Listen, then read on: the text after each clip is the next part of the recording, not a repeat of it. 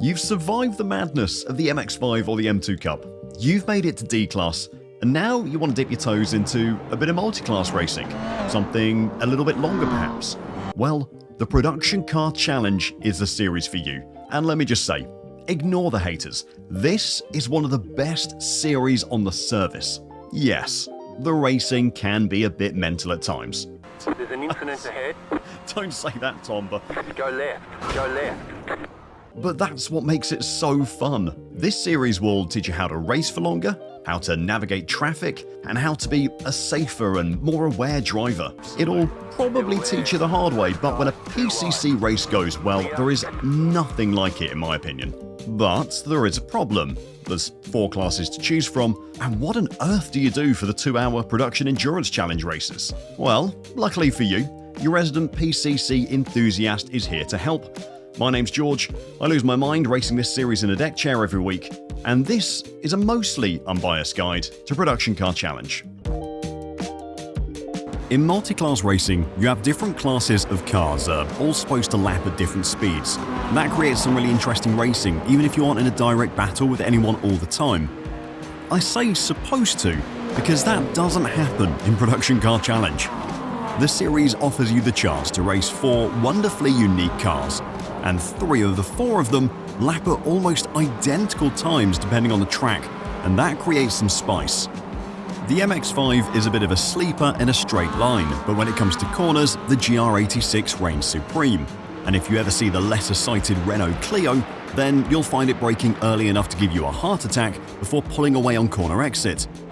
Then, with these 3 classes all lapping nose to tail, you have the BMW M2 causing absolute anarchy.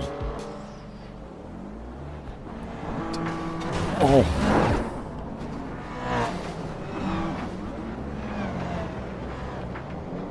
This is possibly the most boat-like car on iRacing. It'll make you question your sanity as it corners slower than your grandma in a supermarket car park before disappearing into the sunset, only to appear behind you 10 laps later and send the most disgusting dive you have ever seen.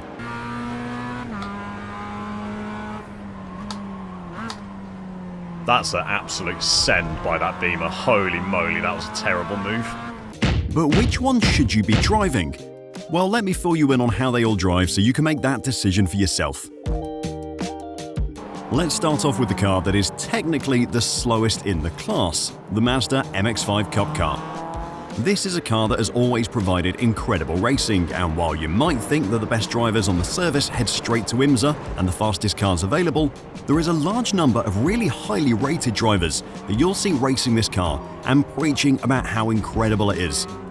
So why do all these highly skilled drivers keep coming back to the MX-5? Well, it's because the car is just so damn fun to race. You can get wheel to wheel and always have a chance at sticking a move, whether it's down the inside or around the outside. If you watch real-life IMSA MX-5 Cup races, then you'll know that rubbing is racing, and that's part of what makes this class so fun, as long as you keep it respectful. With 181 horsepower coming from the 2-litre engine and only weighing 1,000 kilograms full of fuel and driver, this car has some top speed, but it isn't going to get there quickly. What that means is that to be competing with the fastest guys, you've got to learn to carry the speed through the corner. For medium speed corners and upwards, that means the car is going to be sliding a lot. You just have to learn to control it, and that's going to happen the hard way. You are going to spin. For low speed corners though, you're honestly better off just getting the thing turned in the fastest way possible and then putting your foot to the floor, and that normally means a pretty sharp V. That's the real draw of the Mazda though. Anyone can drive this car and compete in most splits, but to master it and be as fast as the best guys in this car, you really have to learn to drive it on the edge, and that is going to turn you into a really skilled driver no matter what car you end up driving. If I had one super simple tip to help you go faster, it would be to use the iRacing Advanced setup. It's an open setup series, and that setup that iRacing have made is really nice to drive. Just like the Mazda, the GR86 runs in a highly competitive series in real life. Keanu Reeves even made a documentary where he raced it. That competitiveness carries over into iRacing as well, and just like the Mazda, when you race in this car, you're gonna get wheel to wheel with people. You can make a move either side and it promotes it as well. It has mountains of mechanical grip, and I really mean it when I say you can drive this thing like an absolute maniac when you get comfy with it. This car is arguably an even easier car to drive than the Mazda, but like the Mazda, there are guys who are 8K plus iRating driving this thing who are absolute animals on the track. And you know how they got there? Time and practice. To master this car, you have to learn to stop the ABS and traction control from kicking in and learn to feel the car roll on the suspension. The suspension is ripped straight out of a monster truck, and at times it feels like you could roll it by just racing it hard. But that is also the secret to its speed. You'll want to learn how to get the front end to drop with the weight and turn in to reduce the understeer and find the speed. However, by doing that, the car is going to get unstable, and you'll quickly learn that it will spin from oversteer when you're on the edge. The problem is that this car weighs so much. It takes an age to accelerate, so keeping your speed up is vital. It also has essentially zero torque at lower revs, so make sure you're always in the lowest gear possible.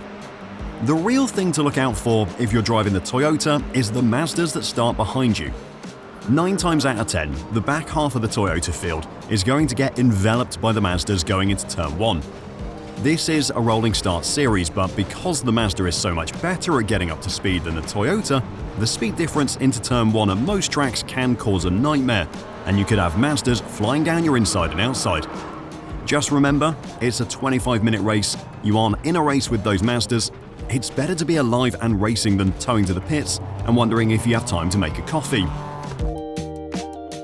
Right, the Renault Clio, the unicorn of PCC. As the only paid car in the series, you aren't going to see a lot of Clios until you get into upper splits. It's also the only front-wheel drive car in the series, so it drives completely different to anything else. However, you won't find a more passionate or helpful community of drivers. If you watch this segment and decide you want to race the car, check out ClioSOF.com, join their Discord, and just have a great time. So why should you race this car? Well, it's a ton of fun, that's why. It is made for door banging, and the tracks that you see in PCC support that as well. The great thing about the Clio having a small and very active community is that the racing is super respectful as well. The main thing to be aware of when driving this car is that it is front limited under braking, and with it being a front-wheel drive car, you put a lot of energy through those front tyres basically all the time, so they can overheat. That means you need to not lock up your front tyres on entry by braking too hard or too aggressively. You'll be so much faster if you brake early and downshift late, because once you lock up the fronts, you're missing the corner and going straight into whatever grass, gravel, or concrete wall is waiting for you on the outside. Once you are turned in, you've got to be patient through the corner. As soon as you get on the power, it will start to understeer, so make sure your turning is done before you put your foot flat to the floor. Once you're going in a straight line, make sure to shift up early. This thing has a turbo, and with the way the gearbox is set up, once you get to 5,500 RPM, it starts to lose power, so you want to be shifting up at that point. Honestly, if you only take one thing from all of that, just don't overdrive the car, and you'll have an incredible time. Alright, the final car and the fastest in the series, the BMW M2. If you want to be the bad guy, then the M2 is the car for you. In a straight line, this car is literally in a different class to the rest of the field. With 145 brake horsepower more than any other car, you will clear everything on the straights with ease. But, and it is a big but, this thing is so painfully slow through the corners. Genuinely, it's probably the slowest car in the series around a corner. So when you make it to the back of the slower class, you're best off just waiting through the corner and getting them on exit rather than trying to do a tight move on entry and slowing both you and the car you're overtaking down. If you're in a slower class car and you see a Beamer in your mirrors shaping up a move in the braking zone, just let them by. It's better to be on track and racing than trying to save yourself a tenth of a second and getting torpedoed by nearly 2 tons of German hatchback. So you want to be the big guy with the fastest car? Well, let me tell you how it drives. The first thing you need to know is that this car leans toward oversteer, which means it can be a handful to newer drivers. When driven correctly, this is going to feel absolutely on edge, and if you feel safe at any point, then it's probably because you're driving slowly. The irony of this car is that it needs trail braking to find that edge, but feeling the trail braking in this car is an absolute nightmare. If you're trying to learn to trail brake, this is not a nice car to do it in. The real problem with the M2 though is when you overdrive it. Like the Clio, you don't want to brake too late, too hard, or turn your wheel too aggressively. All 1,700 kilograms of car is going to fly straight over your front tyres, overheat them, and induce enough understeer to send you wide no matter what you do. Because it's the least forgiving car to drive in the series, the racing can be a little bit frustrating at times. The door banging can be aggressive, and with how unstable the car can be, you might find yourself in the frustrating situation of being spun out by your competitor when you get wheel to wheel. The flip side of that is that if you have the patience to wait behind a battle, you'll find yourself the recipient of a freebie or two every single race. So you've worked out the car you want to drive, you hopped into a couple of practice sessions, maybe a race or two. Then it gets to the weekend and you spot the Production Endurance Challenge. With 3 slots over the weekend, this 2-hour endurance race takes PCC to the next level. It always runs on the same track as a 25-minute series, so you can practice during the week and be locked in for the weekend. If you're coming from rookies, this is going to be your first introduction to endurance racing, and not a week goes by without a post somewhere asking what to do differently in this series. Well, here's the secret: you don't do anything different. You don't overcomplicate it in any way, you just go racing and enjoy yourself. The only thing you need to remember to do before you go to the grid is head to the garage and fill the tank all the way up. There are exactly 0 reasons to start with any less fuel. You then drive till the tank is empty, go in for your pit stop, let iRacing's auto fuel do the math, get some new tyres, and head out for your second stint. If you need a third stop, which you probably will in the BMW, then you need to make a call. Got a stop with 15 minutes left? Screw tyres, just take the third tank of fuel and get back out there. Got half an hour left? Then maybe those new tyres will pay off. Want to keep it simple though? Just let iRacing automatically do your fuel and fit new tyres every time. With pit stops in play, you need to do a little bit of playing in the black box. When you're coming in for your pit stop, make sure that fast repair is unticked. You don't want to fast repair 10 seconds of bumper damage, which would be fixed while you fuel your car anyway. You need to save that fast repair for something more serious. If you have to tow in your second stint and you used up your fast repair on something cosmetic during your pit stop, you're going to be really sad. The part of this series that seems to confuse people the most is before you even get in the lobby. When you go to register, it's going to ask you for a team, but you don't actually need a team. This race can be done solo. If you and your buddy want to tag team it, then go for it, but if you're like me and you don't have any friends, then it doesn't matter. Register whatever you want your team name to be and just select yourself as the one driver for the team. Simple. And that's all you need to know about the Production Endurance Challenge. If I had one piece of advice to give to anyone driving this series, it would be to remember the race is 2 hours long. You aren't winning it in the first 10 minutes. You're always better off being on track and racing than sitting in the pits waiting for the tow truck to do its job. Just take your time, be patient over the first 10 laps, get comfy, and then go aggressive if you think there are positions to gain. Sometimes you might just have to accept that the car ahead of you is faster, and in that case, just settle in, hold on to the draft, and wait for them to make the mistake. This is multi-class racing. Accidents are going to happen. Just do what you can to avoid that accident involving you. Even if you throw it in qualifying, it doesn't matter. My best ever race came in this series when it was at the Bend.